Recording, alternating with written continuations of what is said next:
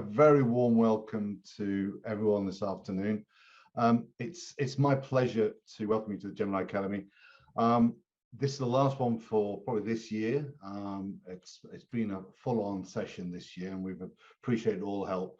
And we really appreciate today's speakers. We're joined by Brian Higgins, who's probably very well known to many of you, and Joe Hadotti from Dillon Eustace. And Dillon Eustace are friends of GemCap. They've been our lawyers now for a number of years and have helped us a lot.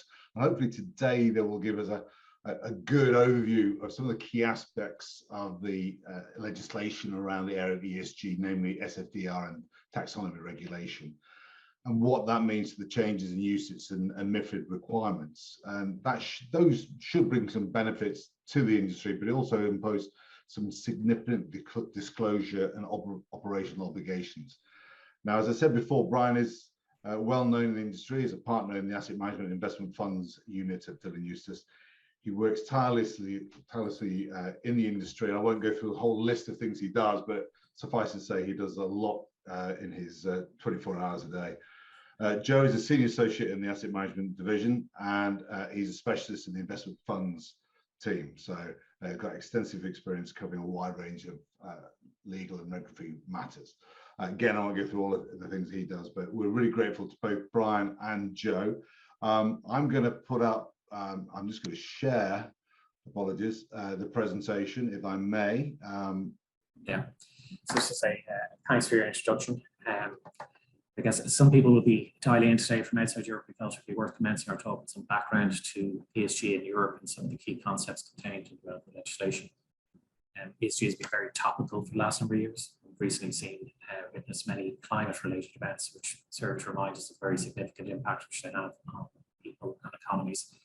And following on from the Paris Climate Accord, which contains significant commitments to carbon reduction, the EU published its Green Deal, setting out its targets, including a target to reduce emissions by 55% by 2030 and to be carbon neutral by 2050. And it supported this through a very substantial and ambitious legislative program across multiple industry sectors, including energy, building, agriculture, transport, and of course, financial services. And the EU is also committed to a large portion of its budget to assisting the transition to a more sustainable carbon neutral economy. However, it is aware that it needs to encourage private investment, and that financial services industry is key to this. It's aware that there's a strong demand for sustainable funds. According to Morningstar, net inflows into ESG equity funds has amounted to 218 billion euro over the last 3 years, compared to 55 billion in non-ESG funds. They want to ensure that there is a harmonized approach to what constitutes an ESG fund, and that information is provided to investors in a clear and comparable manner.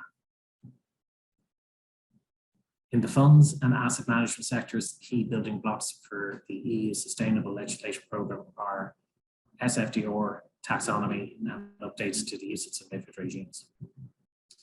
As you'll appreciate, these pieces of legislation are extensive and continue to evolve at a rapid pace. For example, the EU Commission, the European Securities Authorities, and local regulators all continue to issue updated guidance on a frequent basis. Indeed, some of the recent guidance from the EU Commission has contradicted previous guidance from the European Securities Authorities. It's therefore not possible to cover all aspects of the legislation in the time we have today. However, we will discuss some of the key aspects of these pieces of legislation in an effort to clarify important areas which managers and their delegates need to focus upon, including product design, disclosure, and investment procedures. Some of the key themes which you will note running through our talk today are, firstly, disclosure. The core principle is that the information provided to investors should be accurate, fair, clear, and not misleading. Investor disclosure should be subject to harmonized criteria and disclosure formats, which assist investors to understand and compare products. For example, the legislation provides definition of what constitutes sustainable investments for the purpose of SFDR and environmentally sustainable economic activities or taxonomy-aligned activities under the taxonomy regulations, and they require disclosure of the extent of such investment held by funds in both pre-contractual information and periodic reports. The EU authorities are very keen to ensure that investors trust this new regime, and so there's there is very significant focus on preventing greenwashing. This year in Ireland, the Central Bank, which is the regulator here, carried out spot checks on ESG disclosures. And while we're still awaiting formal feedback on the Central Bank's findings, we understand that there was a general view that some of the disclosures were too generic and not fund specific. We also understand that the Central Bank will carry out a themed inspection later this year, and that there will be a further common supervisory action next year, which is a themed inspection across all EU member states, to ensure that disclosure matches the practice, i.e. there's no greenwashing. This is likely to involve competent authorities checking the disclosures, pre-contractual, website, periodic reports, and verifying them through questions and review of data, and importantly, including portfolio holdings, potential on-site visits, as well as interaction with depositors. We have already seen the impact of the German regulator's investigation into allegations that DWS had overstated its sustainability investment credentials. This has resulted in the resignation of its CEO, loss of reputation, and investor trust, with potentially significant fines to come. Secondly, it's important to ensure that operational procedures are in place to ensure that sustainability risk is taken into account in the investment process appropriately to the kind of funded question. Just moving on to the next slide, which contains a couple of the key concepts under SFDR. One of the key concepts is sustainability risk, and it's defined as environmental, social, or governance event or condition that, if occurs, can cause an actual or potential material negative impact on the value of investments. And this is something which is relevant not just to disclosures under SFDR, but also for the purpose of the new uses requirement, that sustainability risk should be taken into account when conducting due diligence on investments, which, as we'll discuss later, impacts upon the investment process as well as the reporting and organisation requirements of managers and their delegates. And as can be seen from the slide, the definition of sustainable investment under SFDR is quite broad in terms of what constitutes a sustainable investment.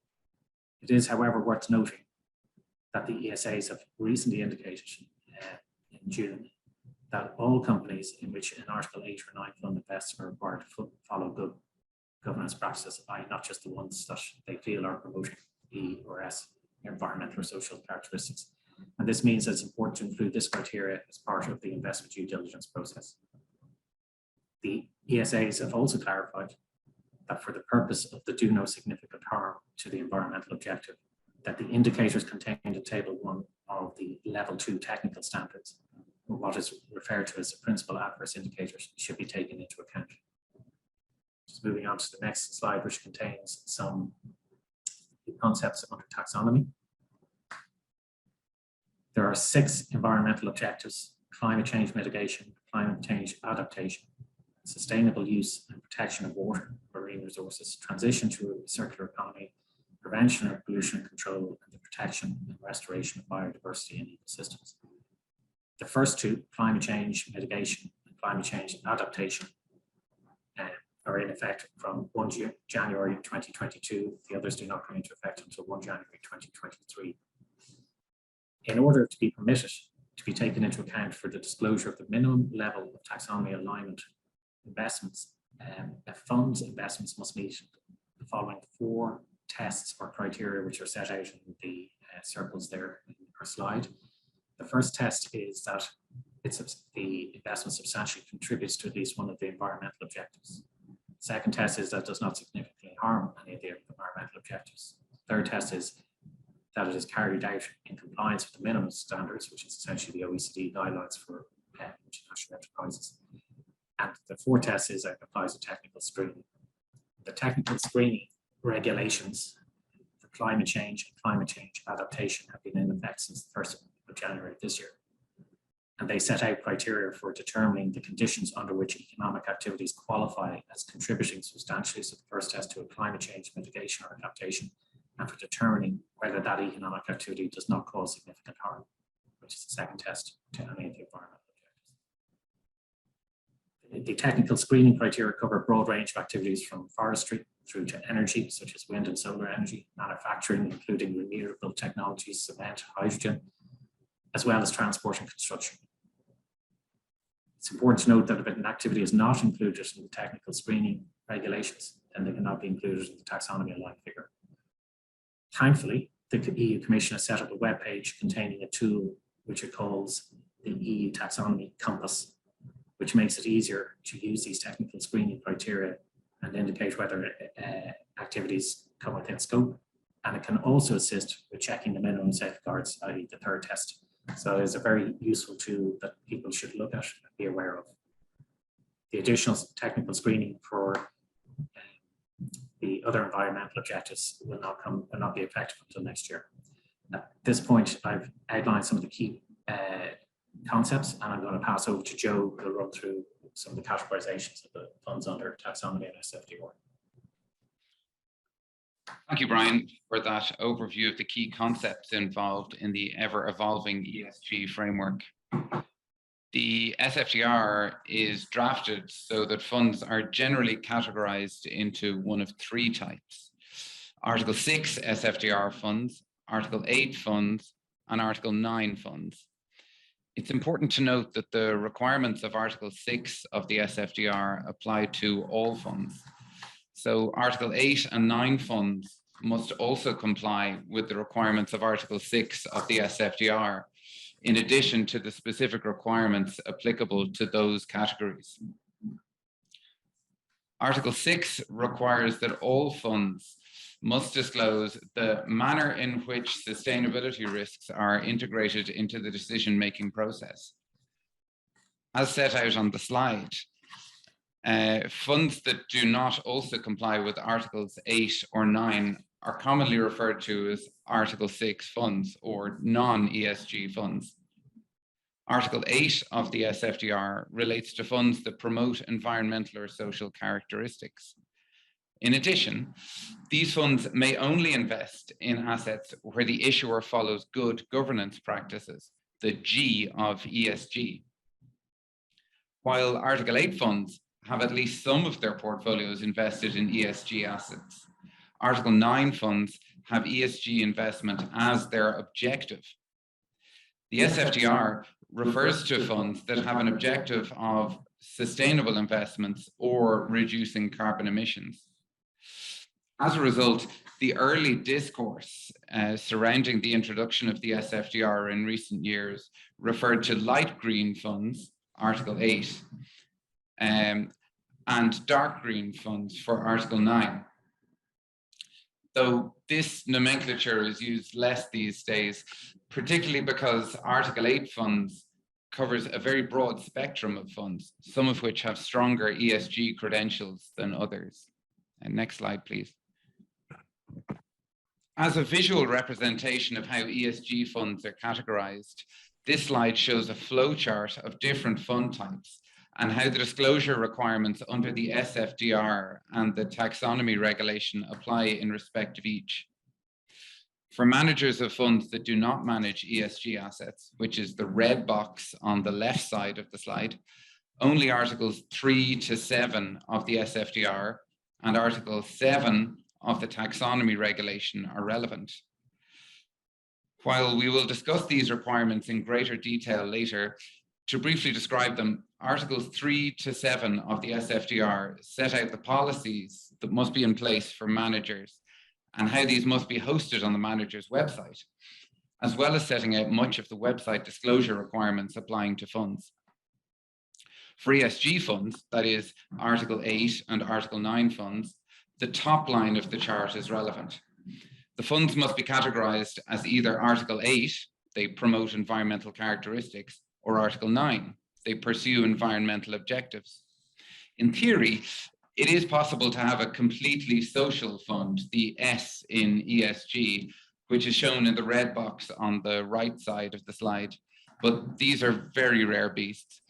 Such a fund would avoid the requirements of the taxonomy regulation, but must still comply with all the relevant requirements of the SFDR.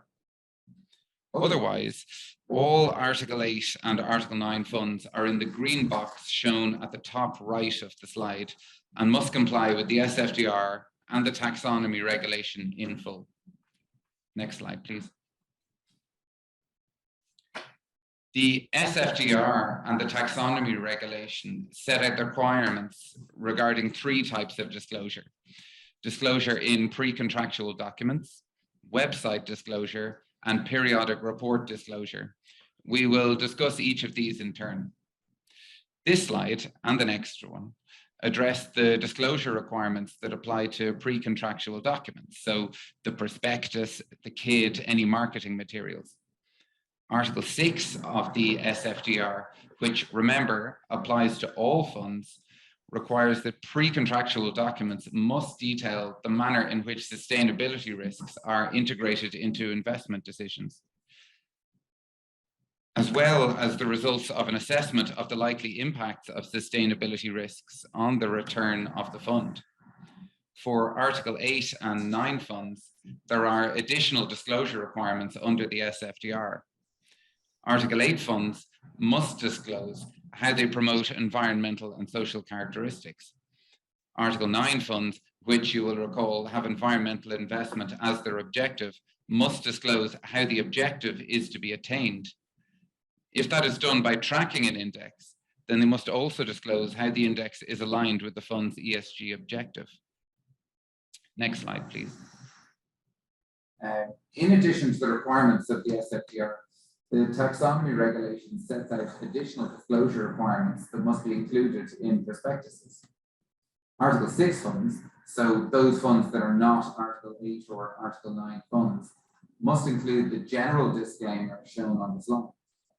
The investments underlying the fund do not take into account the EU criteria for environmentally sustainable economic activities. In this regard, the term environmentally sustainable economic activities is often referred to as taxonomy-aligned investments, which is something Brian discussed earlier. As he explained earlier, there are 6 categories of taxonomy-aligned investments. These, again, are climate change mitigation, climate change adaptation, the sustainable use and protection of water and marine resources, the transition to a circular economy, pollution prevention and control, and the protection and restoration of biodiversity and ecosystems. Article 8 and 9 funds are required to disclose which of these 6 apply to the fund. They must also disclose how and to what extent the investments underlying the fund are taxonomy aligned. The words "and to what extent" have caused a significant amount of work across the financial services industry in the past couple of years for such a small phrase. In order for a fund to disclose the extent to which its investments are taxonomy aligned, it is necessary for the issuers of securities to publish reliable and verifiable data. They, in turn, must be able to stand over this, and for instruments aggregated from a number of sources, for example, where a fund invests in other funds, it is increasingly difficult to determine that data. As a result, a number of funds, in complying with the requirements of the taxonomy regulation, are having to disclose that the minimum level of taxonomy alignment to which they can commit is 0% or 1%. Often this disclosure is accompanied by a statement that this will be kept under review as more and better data becomes available. Article 8 funds must also include the disclosure set out on the slide that the do no significant harm principle applies only to those investments underlying the fund that are taxonomy aligned.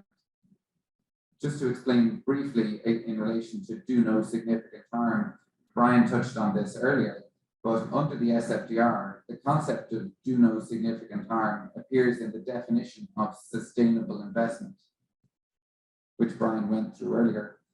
This provides that in order to be considered a sustainable investment, an investment cannot significantly harm either an environmental objective or a social objective. Therefore, if, for example, an investment meets the criteria applicable to environmental objective as described in the SFDR, but that investment does significant harm to the social objectives outlined therein, it cannot be considered to be a sustainable investment. Both the SFDR and the taxonomy regulation refer to regulatory technical standards to be published, setting out further detail in respect of many of the requirements. The piece of legislation setting out these details is often referred to as the Level 2 regulation. Following multiple delays, This was eventually published in April this year and was confirmed as finalized only last week. It will enter into force on the 1st of January 2023. The Level 2 regulation contains a number of template annexes, which should be added to the supplements for Article 8 and Article 9 funds in order to comply with these requirements. Annex 2 of the Level 2 regulation is the template for Article 8 funds, and Annex 3 is the template for Article 9 funds. We understand that the central bank, which, as Brian explained, is the regulator in Ireland, has an expectation that the format of the relevant annex as set out in the Level 2 regulation is to be followed in order to comply with the requirements. This includes the headings and the format of diagrams that have to be included. Next slide, please. In addition to the disclosures that must be included in prospectuses and other pre-contractual documents, the SFDR sets out a number of requirements in respect of content that must be added to the websites of managers of funds. This impacts managers of ESG funds, that is Article 8 and Article 9 funds, and non-ESG funds, so Article 6 funds. Article 3 of the SFDR sets out that the manager's policy in respect of the integration of sustainability risk into the investment decision-making process must be disclosed on its website.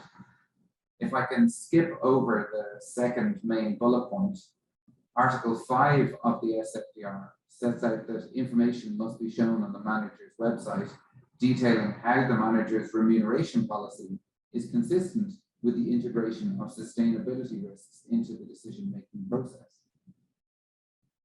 As a result, and perhaps it goes without saying, managers must have these policies in the first place in order that these details can be shown on their websites.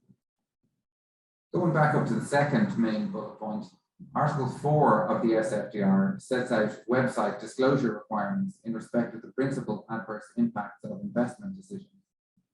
It should be noted that there is a derogation from this website disclosure requirement for managers with fewer than 500 employees, though managers may choose to opt up and voluntarily bring themselves within the scope of the Article 4 requirements.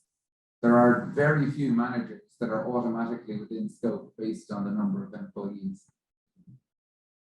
Finally, in respect of website requirements, Article 10 of the SFDR sets out additional website disclosure requirements, which are very similar to the prospectus disclosure requirements that I went through a few minutes ago. Next slide, please. The Level 2 regulation contains a template for an annex that can be added to annual reports for Article 8 and Article 9 funds. It's not stated on this slide, but this applies to all annual reports published after the 1st of January 2023. So to take the example of GemCap Investment Funds Ireland PLC, which has a year end of 31 December, the annual report for 2021, which must be, or sorry, for 2022, which must be filed with the central bank by the end of April 2023, must contain additional information in line with the template set out in the Level 2 regulation. In order to be able to comply with the periodic report requirements of the SFDR, it is necessary to ensure that procedures are put in place to ensure that they are addressed.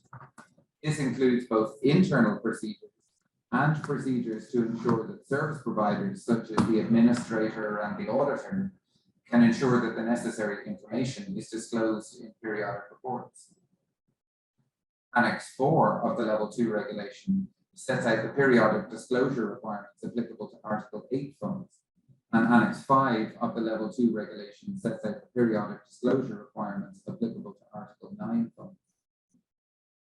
As was the case in respect of the Level 2 requirements, setting out the form and format of disclosure requirements in respect of pre-contractual documents, which we went through a few minutes ago, we understand that the central bank has an expectation that the format of the relevant annex is to be followed in order to comply. Again, this includes the headings and the format of diagrams that have to be included. I'll now hand back to Brian, who will discuss the impact of ESG on other pieces of legislation. Okay, just moving on to the next slide there. So the next slide relates to the changes to the UCITS and AFMD regime and the MiFID regime. So a key change which has just come into effect this week on Monday, the 1st of August, is in respect of the UCITS and AFMD regimes, is that managers are now required to take account of sustainability risk when conducting due diligence on investments. Managers are also required to identify conflicts of interest which arise as a result of the integration of sustainability risks to their processes. For example, conflicts which may arise from the remuneration that could lead to mis-selling. These changes have implications for both procedures and resources, which are likely to need to be reflected in updated policies such as investment due diligence, conflict of interest, and risk management policies, as well as the manager's business plan. It may also potentially require update to the disclosure in a fund's prospectus. For example, where a fund's prospectus indicates that it does not take into account sustainability risk, which is permitted in line with Article 6 of SMQ, then this would need to be updated for a UCITS fund to indicate that it does now take into account sustainability risk. An important change has also been made to the MiFID regime with effect from this week, on Tuesday, the 2nd of August. The suitability assessment to determine that an investment is appropriate for an investor has been updated. EU investment firms, i.e. the people who are usually involved in distribution in the EU, are now required to obtain information about clients' sustainability preferences. Client's choice as to whether and to what extent one or more of the following instruments shall be included in his or her investment portfolio. A fund with a minimum proportion of taxonomy alignment, a fund with a minimum proportion of investment in sustainable investments, and it's up to the client to determine what that minimum proportion will be, and a fund that considers principal adverse impacts on sustainability factors, which would take into account all 14 monetary indicators. Moving on to the next slide. So in conclusion, it's important to review your current disclosures to determine if they need to be updated. For example, prospectuses may need to be updated to provide for the fact that sustainability risk is taken into account. Or in the case of an Article 8 or 9 fund, prospectuses may need to be updated to allow the template annexes, the annex disclosure. And just to note that the central bank has indicated that it will put in place a fast-track procedure for filing those template annex updates. However, it's yet to provide details of the cutoff date, which is expected to be well in advance of 1 January 2023, the deadline for compliance with that disclosure requirement. We would anticipate it could potentially be sometime in November, the deadline for the fast track procedure. It's also important to make sure that your disclosures are accurate and supported by appropriate operational procedures to avoid the risk of greenwashing, which is a key regulatory focus, with themed inspections expected this year and again next year across all EU jurisdictions. So we leave it at that in the hope that we haven't drowned you in too much ESG, and we're happy to take any questions that people have. Well, thank you very much, Brian. That was excellent, as ever. It's one of those, you covered so much ground there, actually. I don't know where to begin. There's a lot to be said for the way that the industry has got around the ESG aspect. I haven't got any questions coming at the moment, but please, if you've got any questions, do come into the Q&A or the chat. Happy to look at the chat on that. But Brian or Joe, a little quick question for you. You mentioned that the regulator's taking a serious look at this. I mean, is it just the central bank, or all regulators across the whole of Europe and across into the UK looking at this in the same way, or is this a very simple thing for the central bank? No, this is definitely a European-wide approach. As we mentioned, the whole idea is to make sure that there is trust in the regime. What they don't want to do is introduce a new regime and people go out greenwashing, and then the trust in the regime isn't there, which defeats the whole purpose of directing money, private money, into sustainable finance. So this is very much a key focus of all regulators, and that's why you're seeing so much attention to it, and that's why there's going to be themed inspections on it. So this is not just an Irish thing, this is very much a European thing, which goes to the heart of making sure that this works longer term. And as I said, you can see the effects with DWS in terms of the loss of trust there, and all the consequences that go with that as well. Okay. A question in from my favorite company secretary, from Caroline. She's saying, what are companies putting on the agendas for August onwards for sustainability? Sustainability on its own looks like a lonely word, and it could give, would you like to give more context? Well, I think, do you want to, I think the focus is very much on the E of ESG. Governance, though, is key as well. As we mentioned, if you're an Article 8 or 9 fund, you have to make sure that the companies you invest in have good governance. So it's both. But as Joe mentioned earlier on, the social funds are rare beasts. And really the focus is at this point in time very much on E. And actually only yesterday or the day before, the EU Commission came out to say that they were going to hold back on giving further clarification on the S side of things because they feel that it's time to bed down the environmental aspect of it. Yeah, I might add to that in terms of what's going on the agenda for board meetings over the next few months. With the level 2 regulation coming into effect from the 1st of January, we've seen a number of clients beginning or continuing to assess their disclosures, whether that's on in prospectuses on their website, and as part of that website disclosure, ensuring that the policies in place at manager level are sufficient to address the requirements of the SFDR. And then finally, beyond that, and probably into Q1 and Q2 of 2023, the annual report disclosure requirements will come into sharp focus. That said, that they will be based on performance during 2022. So we would suggest engaging with service providers who will be preparing this on behalf of funds between now and the end of the year. Thank you. Hopefully that's answered your question, Caroline. I've got no more questions coming in at this stage. Thank you so much, Brian and Joe, for presenting today, and thank you all our people who are watching today. This has been recorded and will be live on the GemCap website, hopefully by the end of the week. Thank you once again to everybody, and we look forward to seeing you next year at the GemCap Academy. Until then, thank you and good afternoon. Thank you. Thanks all.